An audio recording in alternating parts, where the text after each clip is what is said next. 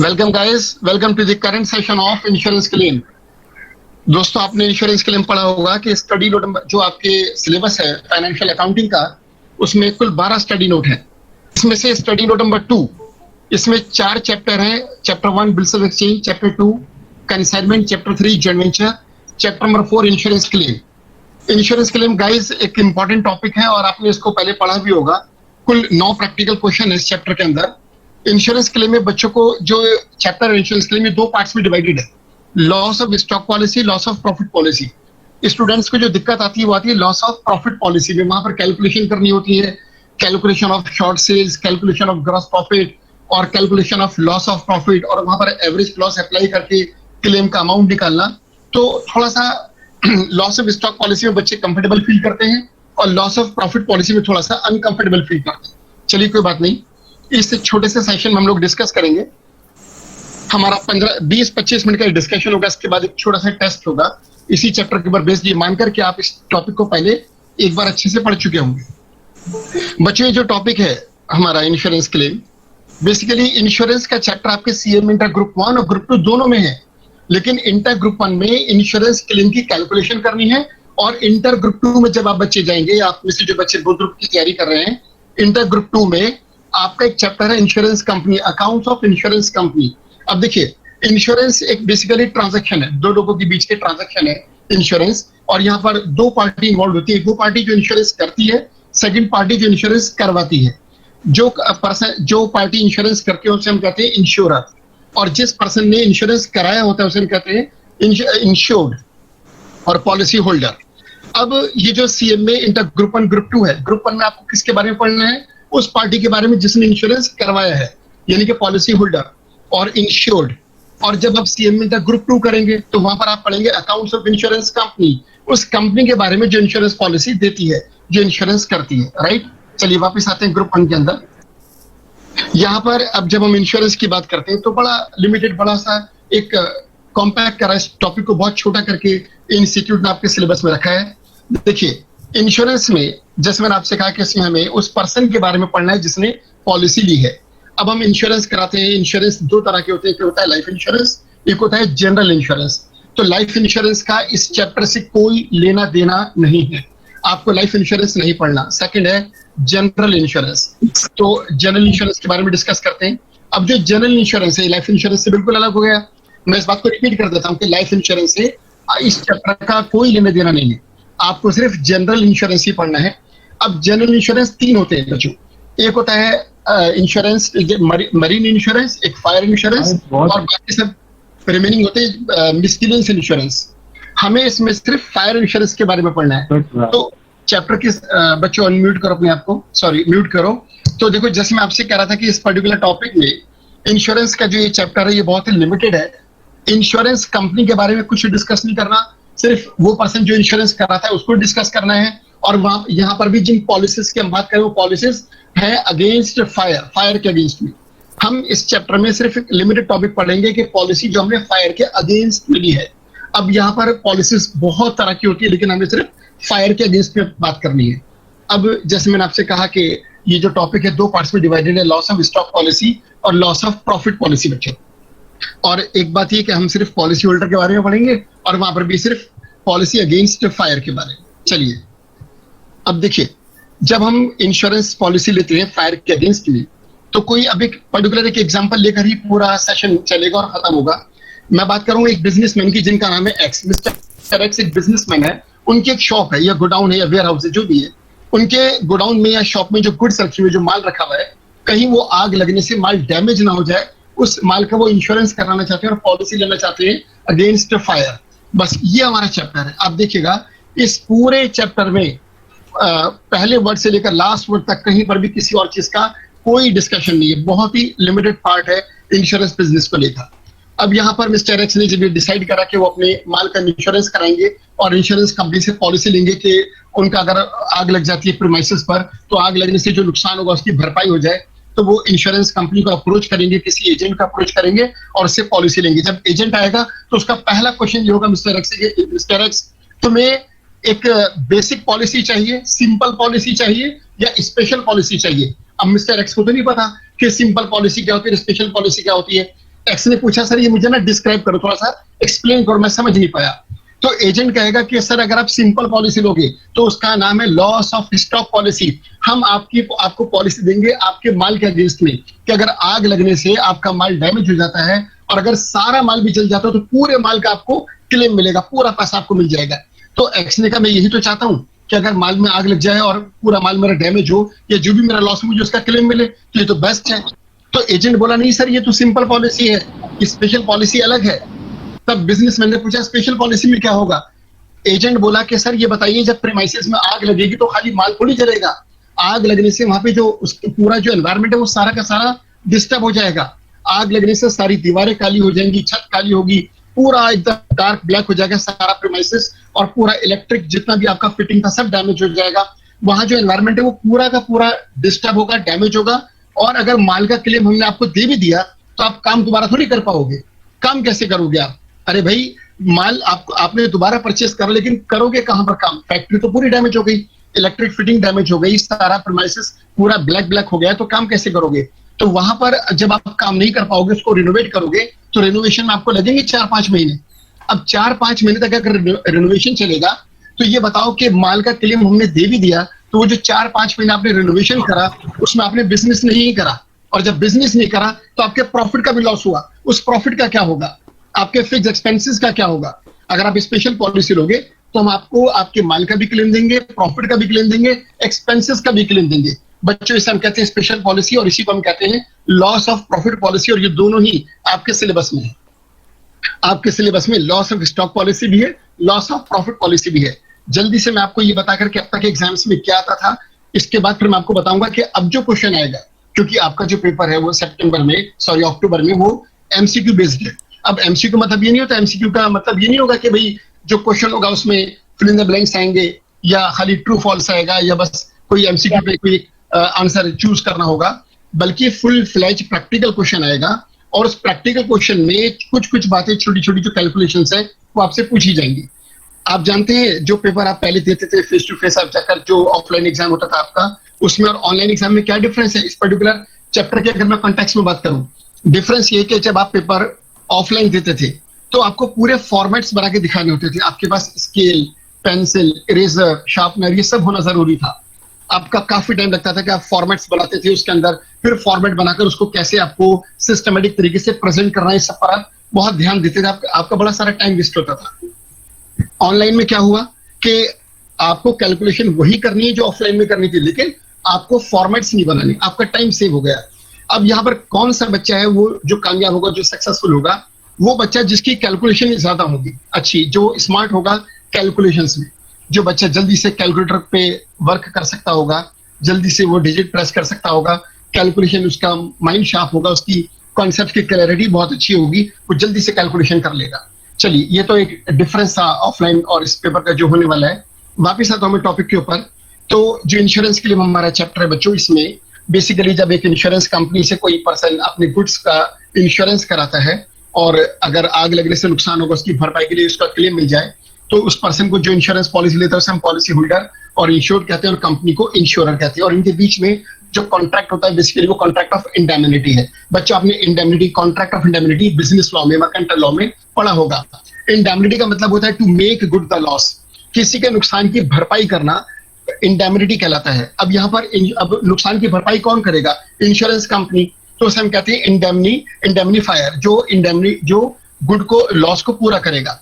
और पर्सन जिसने पॉलिसी ली उसे हम कहते हैं इंडेमनिटी होल्डर, यानी कि जिसने इंश्योरेंस कराया अपनी गुड्स का, राइट। और देखिए यहां पर जब हम बात करते हैं टॉपिक अलग अलग करके, पहले लॉस ऑफ स्टॉक पॉलिसी की बात करते हैं। एक बिजनेस, एक मिस्टर एक्स जो बिजनेस करते हैं और वो फॉलो करते हैं फाइनेंशियल ईयर 1 अप्रैल से लेकर 31 मार्च उनका ईयर है। अब 1 अप्रैल को उनका साल शुरू होता है, 31 मार्च को खत्म होता है। पूरे साल वो अपने बिजनेस के अकाउंट्स मेंटेन करते हैं, 31 मार्च को अकाउंट्स क्लोज कर अपना प्रॉफिट कैलकुलेट करते हैं। मिस्टर एक्स ने क्या करा? पॉलिसी ली इंश्योरेंस कंपनी से और वो सिंपल पॉलिसी ली, यानी कि लॉस ऑफ स्टॉक पॉलिसी ली। लॉस ऑफ स्टॉक पॉलिसी ली और इसके बाद उन्होंने बिजनेस करा। करंट ईयर उनका एज्यूम कर लीजिए बच्चों पे 2021-22 है। अब 2021-22 उनका करंट ईयर है। करंट ईयर उनका 1 अप्रैल 2021 को शुरू हुआ। अप्रैल, मई, जून, जुलाई, 17 जुलाई को प्रीमाइसेस में आग लग गई। तो करंट ईयर में कितने महीने उन्होंने बिजनेस करा सही से? जो अप्रैल, मई, जून और 17 जुलाई, 3 महीने 17 दिन, 3 महीने 17 दिन बिजनेस उन्होंने करा, और इसके बाद प्रीमाइसेस में आग लगने की वजह से गुड्स डैमेज हो गई। अब यहाँ पर मिस्टर एक्स ने कौन सी पॉलिसी ली थी? Simple policy. देखो सारे क्वेश्चन यहीं से जनरेट होंगे।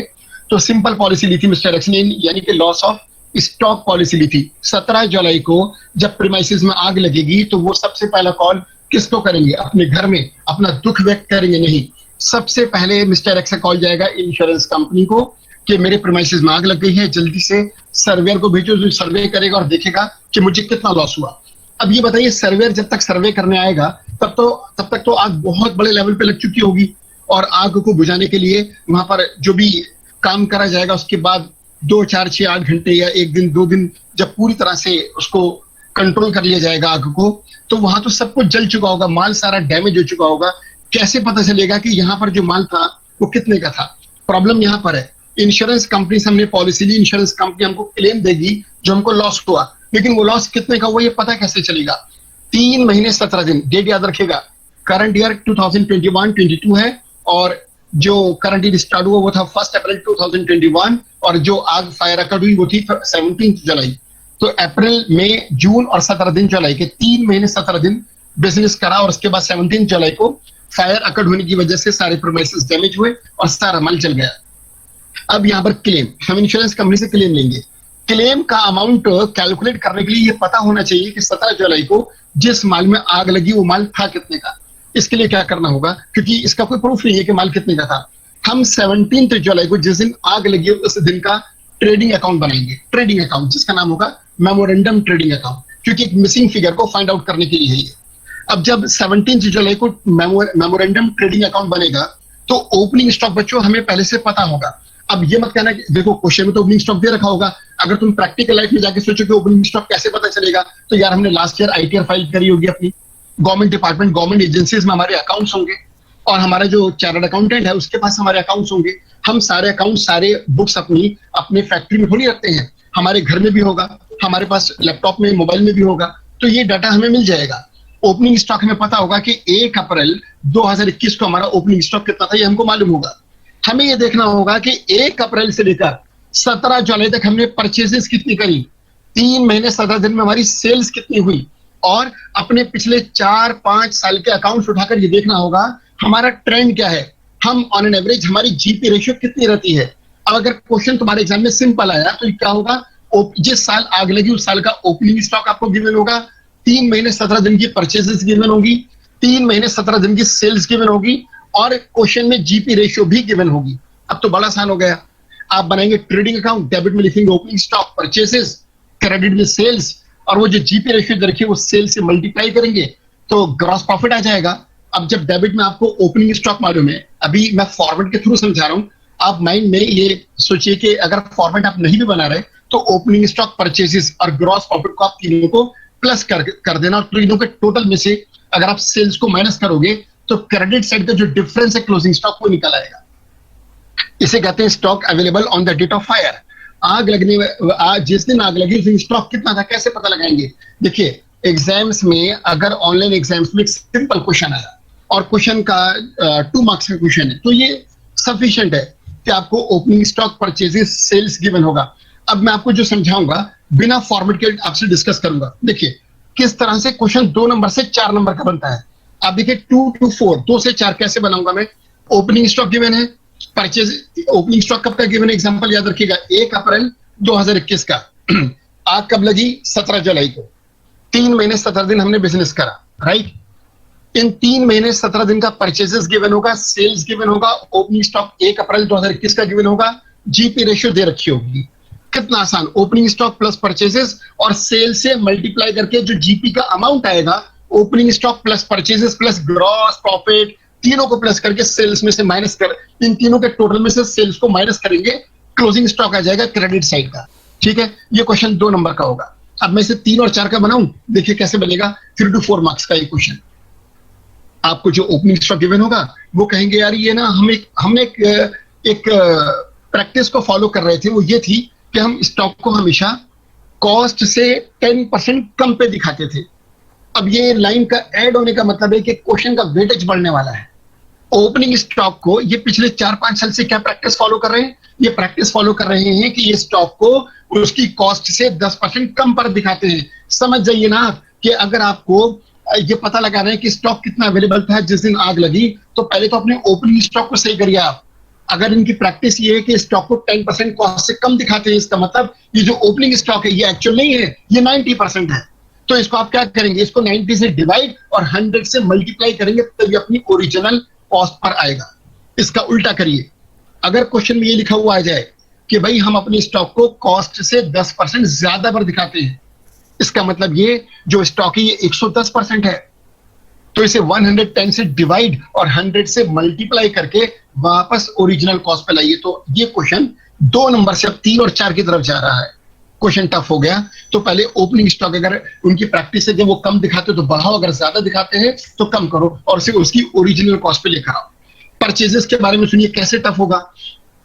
परचेजेस का अमाउंट गिवन होगा, अचानक एक एडजस्टमेंट नीचे दे देंगे। हमने इस साल फर्नीचर परचेज करा 10,000 का और अकाउंटेंट ने गलती से उस फर्नीचर को परचेजेस में ऐड कर दिया। अरे भाई रुकिए, पहले परचेजेस में से फर्नीचर को माइनस करिए ताकि गुड्स की परचेज आ जाए। और क्या देख सकते हैं वो क्वेश्चन में? वो क्वेश्चन में आपसे कहेंगे कि भाई हमने 20,000 का माल परचेज करना है लेकिन उसको हम भूल गए रिकॉर्ड करना। Goods costing rupees 20,000 purchased in these 3 months but omitted to be recorded in the books of accounts. हमने गुड्स परचेज करी, बुक्स में लिखना भूल गए, तो इसका मतलब जो परचेजेस का अमाउंट है वो 20,000 से कम है, तो प्लस करिए। तो आपको ये एडजस्टमेंट्स करनी आनी चाहिए। इसी तरह से वो सेल्स के अंदर एडजस्टमेंट देंगे। क्वेश्चन इंश्योरेंस क्लेम का ही होगा, आपको कैलकुलेट क्लोजिंग स्टॉक ही करना होगा 17 जुलाई का, लेकिन ओपनिंग स्टॉक को पहले ठीक करना होगा, परचेजेस को ठीक करना होगा, सेल्स को ठीक करना होगा, उसके बाद जाके डिफरेंस जो क्लोजिंग स्टॉक आएगा उसका नाम होगा stock available on the date of fire. ये क्वेश्चन मैंने आपसे डिस्कस करा लॉस ऑफ स्टॉक पॉलिसी का। बच्चों प्लीज आपसे रिक्वेस्ट एक बार ध्यान दीजिएगा कि आप जो पेपर अटेम्प्ट करने जा रहे हैं अक्टूबर में, यार इसमें आपको फॉर्मेट्स नहीं बनाने। स्केल, इरेजर, शार्पनर, पेंसिल कहीं कोने में दे दीजिए, घर में कोई छोटा भाई बहन उसको गिफ्ट कर दीजिए। अब आपके वो किसी काम करें, आप तो उठा लीजिए बस कैलकुलेटर और थोड़ा सा अपने दिमाग को, थोड़ा सा माइंड को अपने शार्प कर लीजिए। आप बात समझिए, जो बच्चे मैथमेटिक्स में बड़े स्ट्रांग थे ना किसी टाइम में, उनको बड़ा फायदा होने वाला है, क्योंकि अब सारा खेल कैलकुलेशन का है, सारा खेल अब एनालिसिस का है कि आप क्वेश्चन को पढ़कर सिर्फ आंखों से पता लगाना होगा। पहले तो हाथों का काम ज्यादा था, अब आंखों का काम ज्यादा होगा। आपको क्वेश्चन पढ़कर आंखों से पता लगाना होगा कि वो इस क्वेश्चन में कौन सा वो सिरा है जिसे पकड़कर आप सॉल्यूशन तक पहुंचे। अब सारा खेल इसी का। देखिए, अगर फॉर्मेट बनाने होते तो चाहे कोई टीचर ही एग्जाम में पेयर हो जाए, 2 घंटे 45 मिनट से पहले वो पेपर नहीं कर सकता। अगर फॉर्मेट्स पूरे फेयरली बनाने, अगर पेपर ऑफलाइन है तो कोई टीचर जो 30-40 साल से पढ़ा रहा है, अगर वो भी एग्जाम देगा तो 2 घंटे 45 मिनट से पहले वो पेपर पूरा नहीं कर सकता। लेकिन इस एग्जाम में जो ऑनलाइन है, अगर एक बच्चा अगर कैलकुलेशन में तेज है और वो क्वेश्चन को देखकर पता लगा लेता है कि हाँ इसका आंसर कैसे निकलेगा, ये पेपर एक बच्चा, एक नॉर्मल स्टूडेंट 2 घंटे 15 मिनट के अंदर पूरा सॉल्व कर सकता है। 2 hours 15 minutes। मैं कोई ऐसी बात नहीं कर रहा है जिसको मैं बिना सोचे समझे बोल रहा हूं। मैंने बहुत सोचा समझा और उसके बाद मैंने बात बोली कि 2.25 घंटे में एक टफ पेपर सॉल्व हो सकता है ऑनलाइन में, क्योंकि आपका मेजर टाइम फॉर्मेट्स बनाने में जाता था, वो सारा का सारा खत्म हो गया। और अब सारा आपको क्या करना है, अब आप जब प्रैक्टिस करें, अभी भी देखिए एग्जाम्स में ऑलमोस्ट 3 months है। अब आप क्या करिए, जब आप प्रैक्टिस करें किसी भी चैप्टर की, चाहे वो अकाउंट्स का हो चाहे कॉस्ट का, चलिए मैं अकाउंट्स की बात करूंगा। अकाउंट्स में चाहे हायर परचेज हो, ब्रांच हो, डिपार्टमेंटल हो, कोई भी चैप्टर हो, आप सिर्फ कैलकुलेशन करिए। अब सिर्फ कैलकुलेशंस, सारा फोकस कैलकुलेशंस के ऊपर। ये कैसे कैलकुलेट हुआ, ये कैसे निकाले, ये कैसे निकाले, सिर्फ कैलकुलेशन कैलकुलेशन। क्वेश्चन पढ़िए, कोई फॉर्मेट नहीं, एक रफ पेज लीजिए और शुरू हो जाइए। स्पीड से अमाउंट कैलकुलेट करने की प्रैक्टिस करिए, यही काम आएगा आपके एग्जाम्स में। वापिस आइए, ये बात इंपॉर्टेंट चीज मैंने बीच में बताई आपको। वापिस आइए टॉपिक के ऊपर जी। तो मैं आपसे ये कह रहा था कि लॉस ऑफ स्टॉक पॉलिसी में अब जैसे जीपी का रेशियो गिवन था, अब एज्यूम करिए कि लॉस ऑफ स्टॉक पॉलिसी में आपको कैलकुलेट करना है कि स्टॉक कितना अवेलेबल था जिस दिन फायर अकर्ड हुई, और आपको जीपी रेशियो नहीं दे रखा। माय डियर फ्रेंड्स, जब आपको क्वेश्चन में ग्रॉस प्रॉफिट रेशियो नहीं गिवन होगा तो जरूर वो आपको लास्ट ईयर का डेटा देंगे। आग कब लगी? आग लगी 17 जुलाई 2021 में, तो आपको डाटा क्वेश्चन में गिवन होगा 2019-20 का। भाई करंट ईयर 21-22 है, सॉरी 20-21 का। करंट ईयर 21-22 है, तो प्रीवियस ईयर कौन सा होगा? 2021। बच्चों आग कब लगी? 17 जुलाई। मैं ये बात बोलता रहूंगा आग कब लगी, डेट क्या है। कभी अगर आपने पहली बार में नहीं सुना तो 10वीं बार तो सुनोगे, इसलिए 10 बार बोलूंगा। मैं आपसे ये कह रहा था कि 17 जुलाई 2021 में आग लगी और क्वेश्चन में उन्होंने ओपनिंग स्टॉक दे दिया 3 महीने 17 दिन। याद है ना, 3 महीने 17 दिन मैंने कैसे निकाले? 1 अप्रैल 2021 से 17 जुलाई 2021, राइट। 3 महीने 17 दिन बाद 17 जुलाई को प्रीमाइसेस में फायर अकर्ड हुआ, तो करंट ईयर में हमने 3 महीने 17 दिन बिजनेस करा। अब मुझे इस 3 महीने 17 दिन का ओपनिंग स्टॉक क्वेश्चन में दे रखा है, और अगर वो सही नहीं है, अगर वो कॉस्ट से ज्यादा या कॉस्ट से कम है, तो मैं इसे कॉस्ट पे लेकर आ जाऊंगा। ये मुझे आता है। 3 महीने 17 दिन की परचेसेस मैं जादू करके नहीं निकाल पाऊंगा, वो उन्हें क्वेश्चन में देना होगा। सेल्स 3 महीने 17 दिन की क्वेश्चन में उनको देनी होगी, कोई जादू काम नहीं करेगा। तो मैं आपसे ये कह रहा था कि जी 17th, जैसे मैं आपसे कहा कि क्वेश्चन में ग्रॉस प्रॉफिट रेशियो नहीं दे रखा, राइट। आपको सारा एग्जांपल याद है कि ओपनिंग स्टॉक गिवन है, 3 महीने 17 दिन की परचेसेस, सेल्स गिवन है, और परचेसेस में वो आपको कुछ, देखिए कोई ऐसा टीचर नहीं, कोई ऐसा पेपर बनाने वाला नहीं जो आपको डिस्टर्ब कर सके। आपसे ज्यादा टेस्टर्स दुनिया में कोई नहीं है। तो अब आपको क्या होगा, परचेसेस में वो क्या करेंगे, कुछ एडजस्टमेंट देंगे ना। अरे आपके लिए तो लेफ्ट हैंड, जो राइट हैंडर है उनके लिए लेफ्ट हैंड का काम है कि वो आराम से पता लगा देंगे कि सही परचेसेस कैसे करनी है। सेल्स परचेस इसके माहिर है आप लोग, ठीक है, आपसे तेज कोई भी नहीं।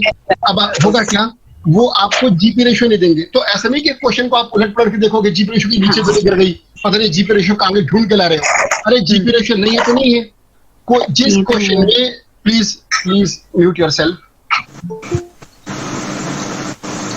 हाँ जी, तो मैं आपसे कह रहा था कि क्वेश्चन में जीपी रेशियो नहीं है, इसका मतलब वो आपको पिछले पूरे साल का आपको डाटा क्वेश्चन में प्रोवाइड करेंगे।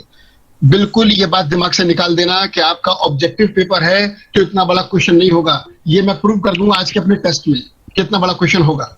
मैं जब आपसे टेस्ट लूंगा तो इतना ही बड़ा क्वेश्चन दूंगा। तो ये बात बिल्कुल दिमाग से निकाल दो कि क्वेश्चन का साइज छोटा होगा, क्वेश्चन का साइज बड़ा होगा। आपको कैलकुलेशन का साइज छोटा करना है, राइट।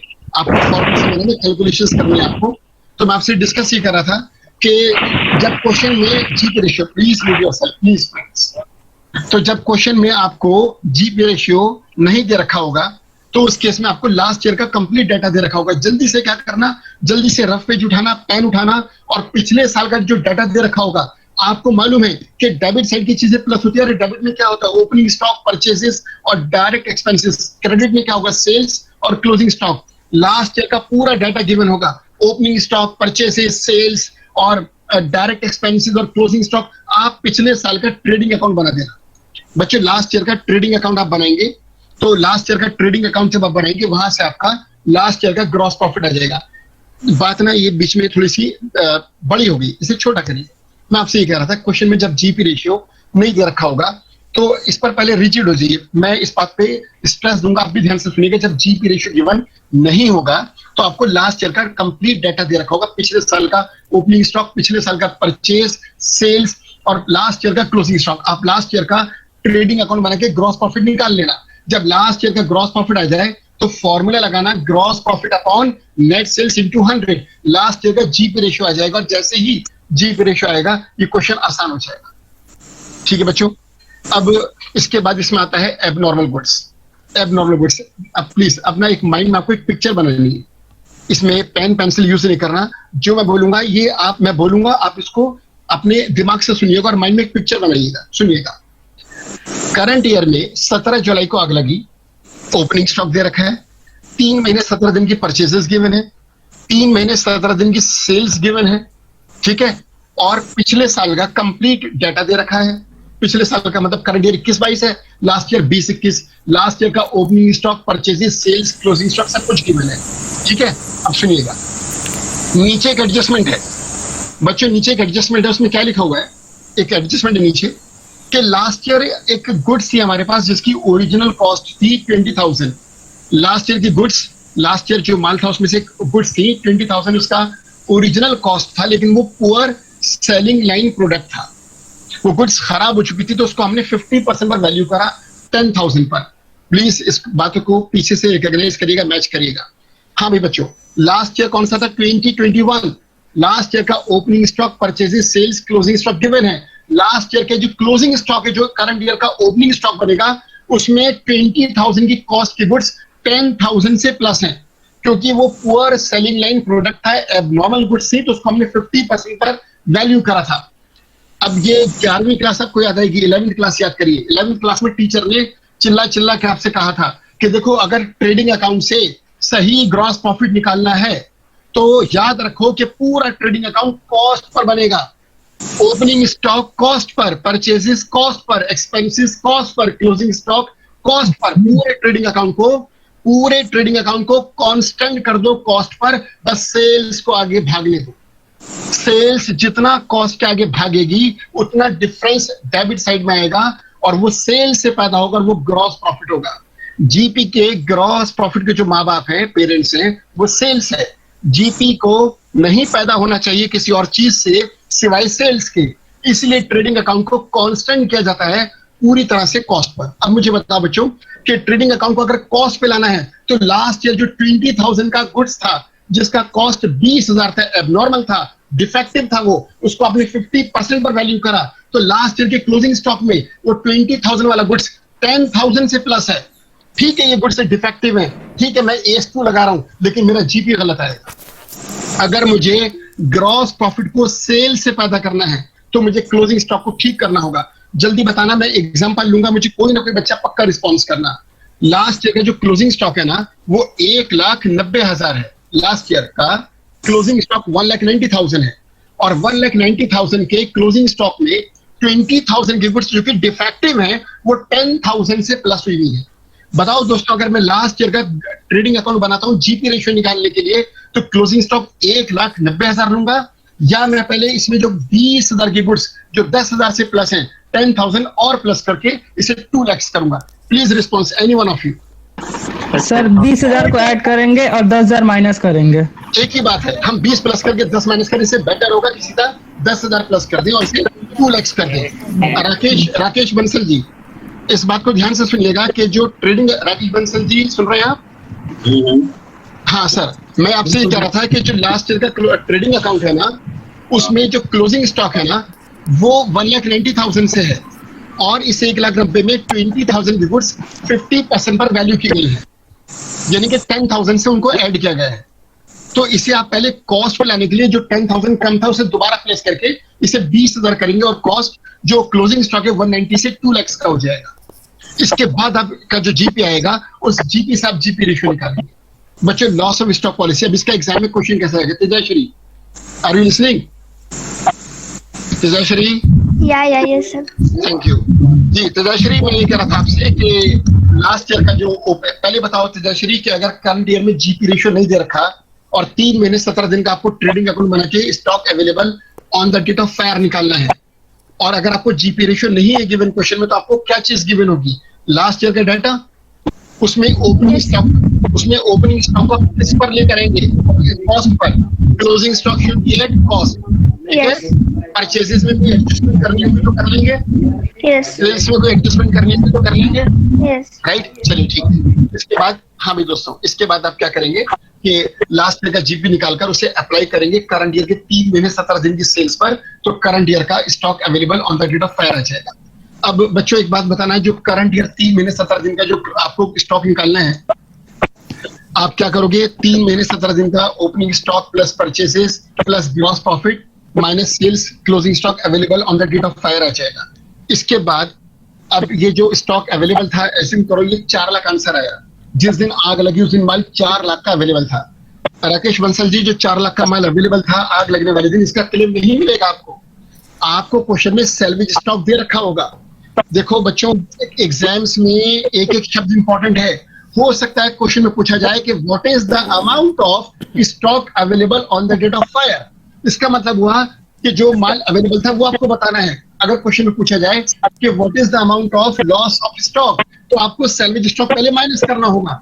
जिस दिन आग लगी उस दिन माल अवेलेबल था 4 लाख का, और आग लगने के बाद जो आग लगने वाले दिन 4 लाख का माल अवेलेबल था, इसमें से 70,000 की गुड्स को बचा लिया गया। गुड कंडीशन में या फिर बैड कंडीशन में, लेकिन जो टोटल गुड्स हमने बचा ली वो 70,000 है। तो 4 लाख के माल में आग लगी, 70,000 का हमने बचा लिया। बचा कितना? 3,30,000। This is called loss of stock. तो यहाँ पे डिफरेंस समझ में आया? Stock available on the date of fire 4 lakh और लॉस ऑफ स्टॉक 3,30,000 क्योंकि 70,000 का सैल्वेज है, बचा लिया। अच्छा, क्वेश्चन को टफ करने के लिए वो क्या करते हैं, देखिए जी हमने जो माल आग लगने से बचाया उसमें 70,000 का तो गुड कंडीशन में है और 20,000 का बैड कंडीशन में है।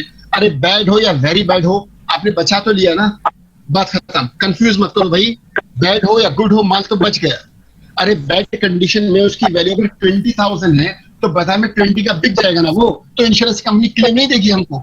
इंश्योरेंस कंपनी कहती है कि आपको जो क्लेम मिलेगा वो आपके लॉस से ज्यादा का नहीं मिलेगा, आपके साथ कॉन्ट्रैक्ट ऑफ इंडेमनिटी हुआ है, हम आपके नुकसान को पूरा करेंगे, आपको घर बैठ के खिलाएंगे पिलाएंगे नहीं। अगर आपने पॉलिसी ली है, और याद रखिएगा कभी भी इंश्योरेंस का अमाउंट पॉलिसी के अमाउंट से ज्यादा नहीं, कभी भी क्लेम का अमाउंट सम एश्योर्ड और सम इंश्योर्ड से ज्यादा नहीं होगा। फॉर एग्जाम्पल, अगर आपने अंडर इंश्योरेंस करा लिया, माल तो रखा 4 लाख का और इंश्योरेंस कराया 3 लाख का, और माल में जब आग लगी तो पूरे 4 लाख का माल जल गया, तो लॉस 4 लाख का है, लेकिन क्लेम जो मिलेगा वो 3 लाख का मिलेगा। आपके नुकसान को पूरा किया जाएगा, आपको एंजॉय नहीं कराया जाएगा। जो लॉस होगा, अगर लॉस सम एश्योर्ड से ज्यादा का है तो सम एश्योर्ड मिलेगा, अगर लॉस सम एश्योर्ड से कम का है तो फिर क्लेम कम का मिलेगा, यानी कि which ever is lower, right. अच्छा, अब सुनिएगा, ये बात थी लॉस ऑफ स्टॉक पॉलिसी की, इसमें जब क्वेश्चन आपके एग्जाम्स में आएगा मैंने आपको बता दिया है।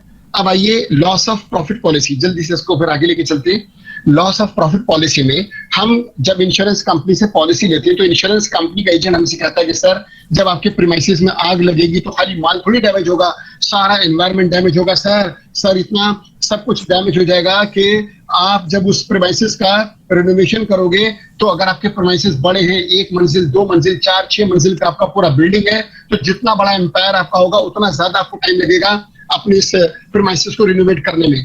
अब वो इंश्योरेंस कंपनी का एजेंट बिजनेसमैन को समझा रहा है और उसको इमोशनल कर दिया, उसको कहा कि सर ये बताओ कि अगर आपके प्रीमाइसेस पे आग लगी, इमेजिन करो सर भयंकर आग लगी है, सब तबाह हो गया सर, वहां पे उसने बैठे बैठे 10 मिनट तक पूरी आग लगा दी उसके बिजनेस में और कह रहा सर सब कुछ डैमेज हो गया। तो ये बताओ कि सब कुछ डैमेज होने के बाद अगर आपको हम माल का क्लेम दे भी दें, हम आपको गुड्स का पैसा दे भी दें और माल आप ले भी आओ, तो क्या सड़क पर बैठोगे, नाले के ऊपर बैठोगे? अरे काम कहाँ पे करोगे, पूरा प्रीमाइसेस आपका डैमेज है, आप काम कैसे करोगे? बिजनेसमैन कह रहा है ये तो मैंने सोचा नहीं। अरे सर हम है ना सोचने के लिए, हम बताएंगे आपको आप क्या करोगे। सर जब आपका पूरा बिजनेस डैमेज हो जाएगा ना तो आपका माल का क्लेम मिलने से आपका बिजनेस नहीं चलेगा, आपको उस बिल्डिंग को रिनोवेट करना होगा जिसमें आपको 3 4 5 6 महीने लग जाएंगे। हाँ ये मैंने नहीं सोचा, हाँ तो हम बताएंगे ना आपको उन 6 महीनों में क्या होगा। आपके वेरिएबल एक्सपेंसेस तो बंद हो जाएंगे सर जो आपके वेरिएबल एक्सपेंसेस है वो तो बंद हो जाएंगे, क्योंकि जब आप काम ही नहीं कर रहे तो आपके वेरिएबल एक्सपेंसेस नहीं होंगे। लेकिन सर जो आपके फिक्स्ड एक्सपेंसेस है सर वो तो होंगे। सर मीटर की रीडिंग नहीं आएगी, लेकिन जब मीटर का फिक्स्ड रेंट आता है वो तो आएगा सर। अगर आपके प्रीमाइसेस रेंटल है तो उसका रेंट तो आपको पे करना होगा सर जो भी और सर आपका जो स्टाफ है सर वो जो 20 साल से लोग आपके साथ हैं उनको क्या कहोगे, आग लग गई बाहर जाओ, तो वो बाहर जाकर आपको लगता है वो घर बैठ के मातम बनाएंगे, वो अगले दिन किसी और जॉब पर चले जाए। अरे प्रीमाइसेस में आपके आग लगी, वो अपने घरों में थोड़ी आग लगाएंगे आपकी वजह से। तो आपके जो वो लोग जो 15-20 साल से आपके साथ हैं, जो आपकी मैन पावर है, जो आपके राइट हैंड है, जिनकी वजह से आपका ये एम्पायर खड़ा हुआ, उनको कैसे रोकोगे? सैलरी देकर रोकोगे ना। सैलरी कहां से दोगे? बिजनेस तो बंद हो गया क्योंकि सारे प्रीमाइसेस डैमेज हो गए। अब वो एजेंट बिजनेसमैन को ये समझा रहा है, सुनो सर आप हमसे स्पेशल पॉलिसी दो, इसका नाम है लॉस ऑफ प्रॉफिट पॉलिसी, इसमें हम आपको प्रॉफिट का क्लेम देंगे। अरे सर आपके घर में आपकी वाइफ और आपके बच्चों को पता भी नहीं चलेगा कि आपके प्रीमाइसेस में आग लगी है। सर जब आग लगेगी तो आग लगने से लेकर जिस दिन आग लगेगी उस दिन से लेकर जब तक आप ये एम्पायर दोबारा खड़ा नहीं कर देते, जब तक आप अपने प्रीमाइसेस को रिनोवेट नहीं कर देते, इस पूरे पीरियड में जो भी आपका नेट प्रॉफिट बनेगा, जो आप अपने घर लेके जाते थे, वो हम आपको प्रोवाइड करेंगे।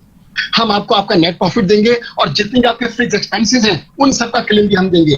आप अपने मैनेजर को, अपने सारे एम्प्लॉइज को, अपने स्टाफ को, किसी को भी नौकरी से मत निकालना। सबसे कह देना भैया 4 महीने 5 महीने का आराम, जाओ 5 महीने की छुट्टियां एक साथ और 5 महीने की लगातार उनकी सैलरी इंश्योरेंस कंपनी पे करेगी। सारा क्लेम मिलेगा सर, आपके फिक्स्ड एक्सपेंस में 1-1 रुपया इंश्योरेंस कंपनी पे करेगी और आपका नेट प्रॉफिट भी। आपके बच्चे भी स्कूल जाते रहेंगे, वाइफ अपने पार्लर जाएंगी, वहां से कॉस्मेटिक्स जो भी वो बाजार से परचेस करती है वो भी उनको मिलता रहेगा, घर में खाना टाइम पर पकेगा, बढ़िया लग्जरी गुड्स बनेंगे, सब कुछ बहुत बढ़िया रहेगा फूड्स, और सब कुछ वैसे ही चलेगा जैसे नॉर्मल लाइफ में आपके चल रहा था। इंश्योरेंस कंपनी आपको प्रॉफिट भी देगी, आपके सारे फिक्स्ड एक्सपेंसेस भी आपको पे करेगी।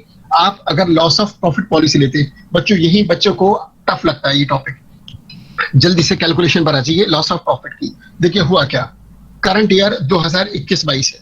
अब अगर यहां से आप मेरे साथ जुड़ कर रहेंगे तो आपको पक्का इसका बेनिफिट मिलेगा।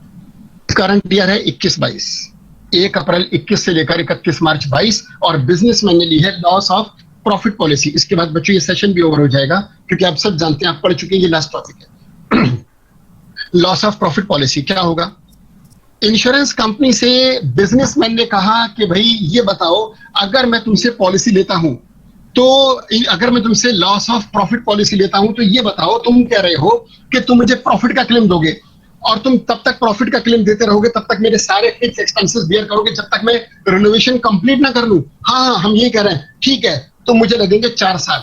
4 साल में मैं खतरनाक रिनोवेशन करूंगा। एजेंट बोला, सर आपसे लाल किला बनाने के लिए थोड़ी कहा है कि आप दूसरा ताजमहल बनाने जा रहे हो। 4 साल, ये छोटी सी दुकान 4 साल लगेंगे, जहां देखा फ्री का मिल रहा है, शुरू हो गए 4 साल। अरे 4 साल में तो रेड फोर्ट दोबारा बन जाएगा।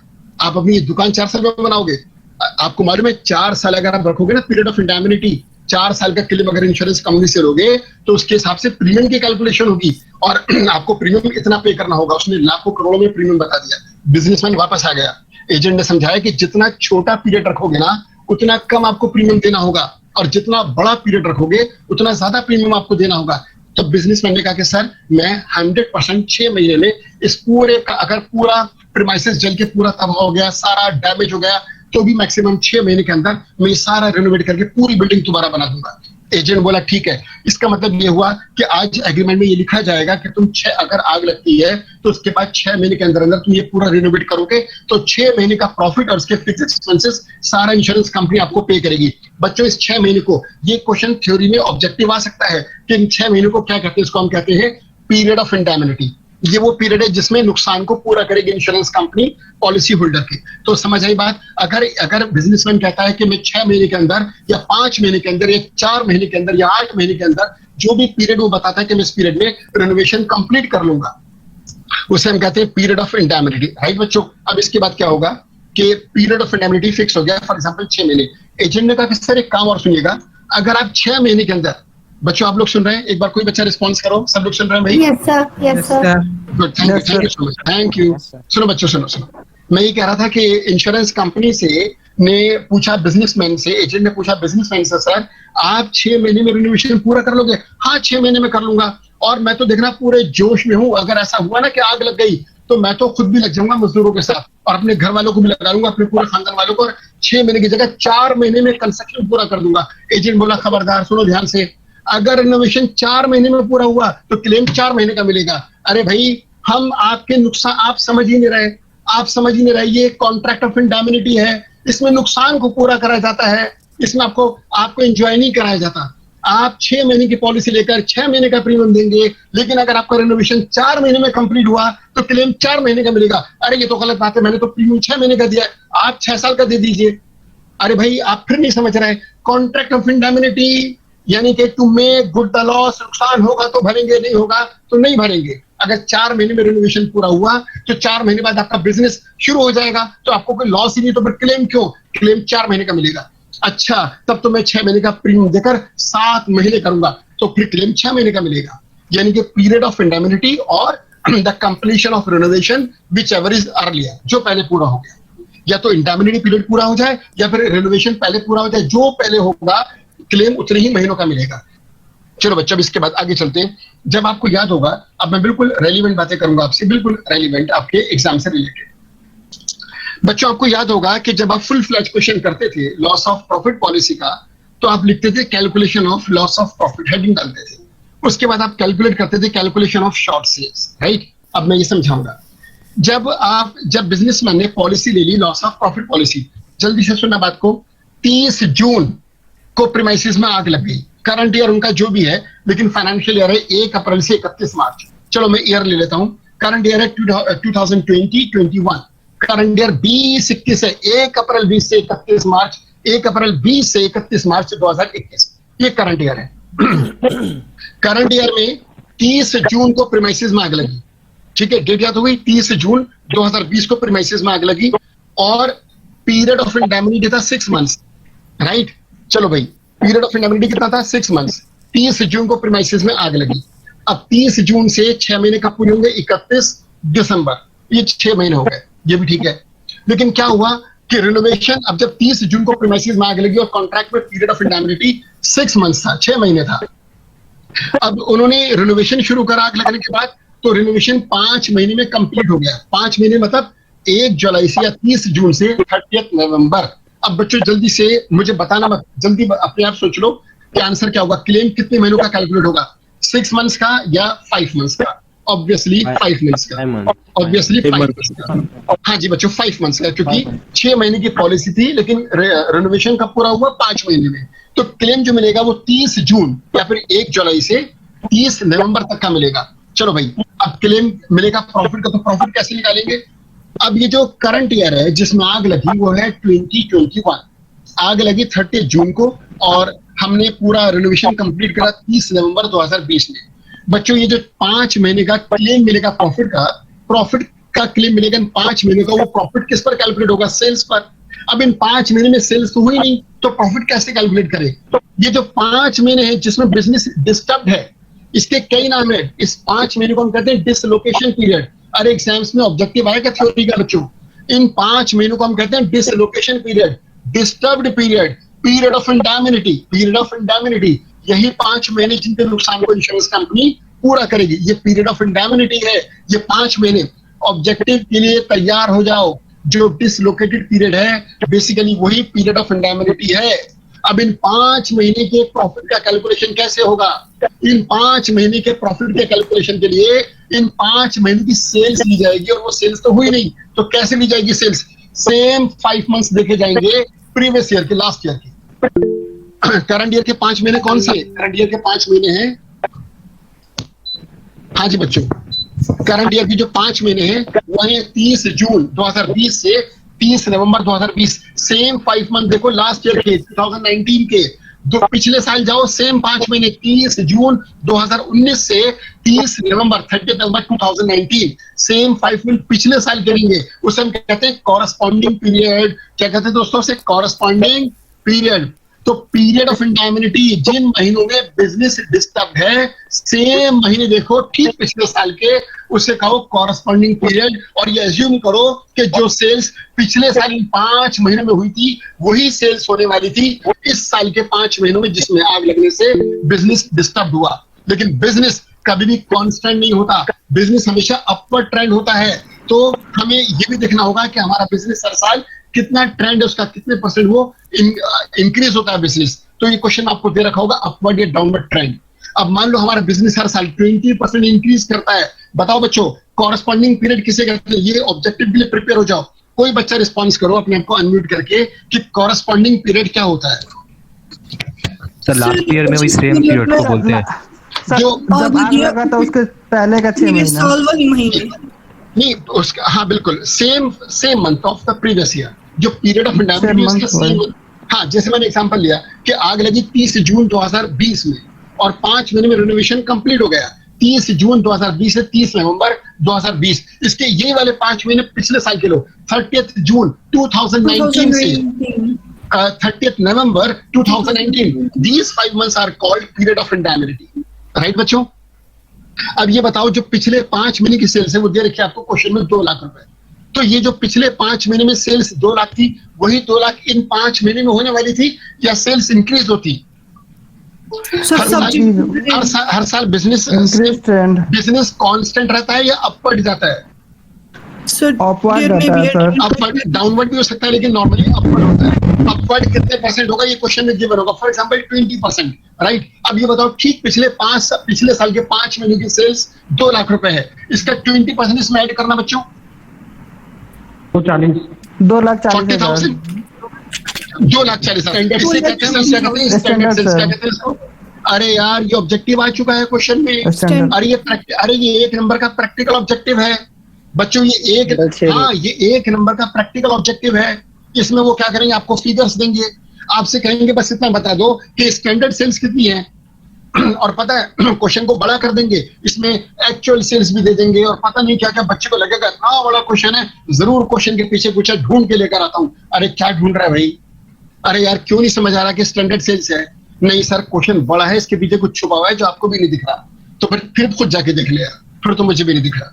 तो क्वेश्चन बड़ा होने का मतलब ये नहीं कि कुछ है पीछे जो मैं नहीं दिख रहा। वो क्वेश्चन बड़ा करके भी बेकार के फिगर्स देकर क्वेश्चन को जबरदस्ती बड़ा कर कोई मामूली सी बात आपसे पूछ सकते हैं, आपको लगेगा कि इतना बड़ा क्वेश्चन सिर्फ एक नंबर में पूछा, लेकिन यार उन्होंने बात भी तो छोटी सी पूछी आपसे कि बस ये बता दो इसमें स्टैंडर्ड सेल्स कितनी है। आप जल्दी से देखना कि जिन 5 महीनों में बिजनेस डिस्टर्ब था, सेम 5 महीने पिछले साल को उठाना, उसकी सेल्स गिवन होगी, उस सेल्स को उठाना, और अगर अपर ट्रेंड है तो जोड़ देना, अगर डाउनवर्ड ट्रेंड है तो माइनस कर देना, और जो आंसर आएगा that will be the answer. उसी को हम कहते हैं स्टैंडर्ड सेल्स। अच्छा बच्चों, अगर मान लो पिछले साल के 5 महीनों की सेल्स 2 लाख है, अपर ट्रेंड 20% है, आपने 2 लाख का 20% इसमें जोड़ा 40,000, ये हुआ 2,40,000। बताओ कॉरेस्पॉन्डिंग सेल्स कितनी है? बताओ जल्दी बताओ, any one of you. Corresponding sales 2 lakh. हाँ, अरे यार सुनो, बच्चा पता है एग्जाम में क्या लिखता है? 2,40,000, ये दे रखा होता ऑप्शन में 2 लाख और 2,40,000, बच्चा 2,40,000 पे टिक कर देता, फिर बाहर आके अपने फ्रेंड से पूछता है, अरे कितना आसान क्वेश्चन था, पता है यूं निकला है 2,40,000। तो दूसरा बच्चा बोला 2,40,000 यूं निकला है, क्या निकला है 2,40,000? अरे वो कॉरेस्पॉन्डिंग सेल्स 2,40,000। अरे वो तो मामूली क्वेश्चन था, ऐसे तो मैंने 50 क्वेश्चन करे।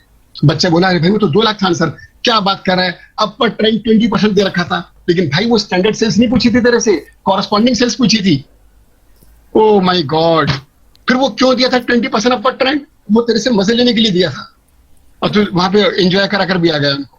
20% तूने ऐड भी कर दिया। सर तो उसका कुछ नहीं करना था, बस यूं ही 2 लाख। हाँ तो बस यूं ही 2 लाख, ये तो दिमाग का खेल है। मतलब जरूरी है कि तुम्हें क्वेश्चन में जो सब दे रहा है वो सारा का सारा यूज हो। एक नंबर में कॉरेस्पॉन्डिंग सेल्स, बच्चा सोचता है कि कॉरेस्पॉन्डिंग सेल्स ना मैं गलत पढ़कर आया हूं, क्योंकि 20% अपर ट्रेंड है, इसे जोड़े बिना आंसर आ ही नहीं सकता। जब वो जोड़ के आंसर निकालेगा तो आंसर ऑप्शन में होगा, कहता देखो क्या मैंने आंसर निकाला, वेरी गुड। बच्चों यहाँ पे सारा खेल टर्मिनोलॉजी का है, आप टर्म्स को याद रखिए। कॉरेस्पॉन्डिंग सेल्स का मतलब होता है सीधी सीधी सेल्स उन महीनों की जो लास्ट ईयर के हैं, और स्टैंडर्ड सेल्स का मतलब होता है कि इसमें अगर अपर ट्रेंड है तो प्लस करो, डाउनवर्ड ट्रेंड है तो माइनस करो, उसके बाद जो आंसर आएगा वो कहलाती है बच्चों स्टैंडर्ड सेल्स। ठीक है, अब ये बताओ कि जब प्रीमाइसेस पे आग लगती है और सारा काम बंद हो जाता है और इंश्योरेंस कंपनी कह रही है सारा काम बंद कर दो, कोई बात नहीं, हम तुम्हें प्रॉफिट का क्लेम, फिक्स एक्सपेंस का क्लेम, सारा क्लेम देंगे, फिर भी बिजनेसमैन घर पे नहीं बैठता और काम करता है। भले वो गली मोहल्ले में कोई किराए की जगह लेकर थोड़ा बहुत काम करे, लेकिन करता है। कोई बच्चा तुम इसे बताएगा वो ऐसा क्यों करता है, जबकि इंश्योरेंस कंपनी सारा क्लेम देने को राजी है, प्रॉफिट का क्लेम, गुडविल खराब ना हो, गुडविल खराब ना हो, कस्टमर ना निकल जाए। अरे वो कस्टमर जो जिनके फादर वो आते थे हमारी शॉप पर, अरे शॉप हमारी 100 साल पुरानी है, और तो हमारी जो जनरेशन चली आ रही है पीछे से, उनकी कस्टमर्स की भी जनरेशन चली आ रही है, उनके फादर के फादर, ये सब हमारी दुकान से माल लेते थे। वो कब तक घर बैठेंगे अपने, अगर हमारे प्रोविंसेस में आग लग गई और हम सब कुछ बंद कर अपने घर बैठ गए, तो कस्टमर कब तक हमारा वेट करेंगे? 1 दिन 2 दिन, 1 हफ्ता 2 हफ्ता, महीना 2 महीना, उसके बाद क्या होगा? वो किसी और जगह से माल ले लेंगे। तो वो कस्टमर जो हमारे डॉग कस्टमर थे, जो हमारे शॉप पर अपनी आंखें बंद कर अपने घर जाते थे तो कहीं और चले जाते थे, लेकिन अगर आंखें बंद करके हमारी शॉप पर आते थे तो सीधा शॉप पर आते थे हमारे। ऐसे कस्टमर हमें छोड़कर चले जाएंगे अगर हमने उनसे कहा कि आग लग गई, अब 6 महीने बाद दुकान खुलेगी। नहीं, हम कहीं किसी गली मोहल्ले में कोई जगह किराए पर लेकर कुछ ना कुछ करते हैं और अपने परमानेंट कस्टमर्स को रोकने की पूरी कोशिश करते हैं बच्चों। तो इस पीरियड ऑफ इंडैमिनिटी में जो हम कहीं गली मोहल्ले में बैठकर काम करते हैं, उस काम को कर जो माल बेचते हैं, इसे हम कहते हैं एक्चुअल सेल्स। इसे हम कहते हैं एक्चुअल सेल्स। अच्छी बात यह है कि इस पूरे चैप्टर में इस सेल्स का कोई दूसरा नाम नहीं है, इसका नाम एक्चुअल सेल्स है। बाजार की किसी किताब में इस सेल्स का कोई भी दूसरा नाम नहीं है, इसका नाम एक्चुअल सेल्स है, मतलब एक्चुअल सेल्स है, बात खत्म। एक्चुअल सेल्स वो सेल्स होती है बच्चों जो उस पीरियड में की जाती है जिस पीरियड में बिजनेस डिस्टर्ब है, डिसलोकेटेड है, जो पीरियड ऑफ इंडैमिनिटी है, जिसमें आग लगी हुई, जिसमें रिनोवेशन चल रहा है, उस पीरियड में जो माल बेचा जाता है थोड़ा बहुत, उसे हम कहते हैं एक्चुअल सेल्स। इंश्योरेंस कंपनी कहती है कि अब तुम्हें इसका क्लेम नहीं मिलेगा, क्योंकि हम बार बार आपको बता रहे हैं ये कॉन्ट्रैक्ट ऑफ इंडैमिनिटी है, हम उतना ही क्लेम देंगे जितना आपको नुकसान हुआ, जो लॉस नहीं हुआ उसका क्लेम कैसा। तो क्या होगा, आप पहले पिछले साल की कॉरेस्पॉन्डिंग पीरियड की जो करंट ईयर में 6-5 महीने बिजनेस डिस्टर्ब रहा, 30 जून 2020 से 30 नवंबर 2020, सेम 5 महीने पहले आप लास्ट ईयर के लोगे 30 जून 2019 से 30 नवंबर 2019, इन 5 महीनों को हम कहते हैं कॉरेस्पॉन्डिंग पीरियड। इन 5 महीनों की सेल्स को हम कहते हैं कॉरेस्पॉन्डिंग सेल्स। इसमें अपर ट्रेंड ऐड करा तो बड़ी स्टैंडर्ड सेल्स। इसमें से हम कितनी सेल्स का हमें लॉस हुआ, तो भाई ये जो स्टैंडर्ड सेल्स है ना, इसमें से माइनस करेंगे एक्चुअल सेल्स। एक्चुअल सेल्स कौन सी है? जो हमने डिस्टर्ब्ड पीरियड में की है, जब हमसे इंश्योरेंस कंपनी कह रही थी तुम पागल हो क्या, क्यों काम कर रहे हो, घर जाके सोते क्यों नहीं, पिकनिक मनाओ, कहीं बाहर हिल स्टेशन पे चले जाओ, कुछ भी करो, 5 महीने कोई काम धंधा मत करो, हम तुमको तुम्हारा सारा प्रॉफिट देंगे, सारे एक्सपेंसेस देंगे, फिर भी हमने काम करा ताकि हमारे परमानेंट जो कस्टमर्स हैं कहीं वो निकल ना जाए। तो इंश्योरेंस कंपनी इसका फायदा उठाती है और वो हमारी स्टैंडर्ड सेल्स में से एक्चुअल सेल्स को माइनस करके जो आंसर आएगा उसे हम कहते हैं शॉर्ट सेल्स। याद रखना मेरी बात, ये क्वेश्चन एग्जाम्स में आएगा। अब ये ऑब्जेक्टिव क्वेश्चन है जी।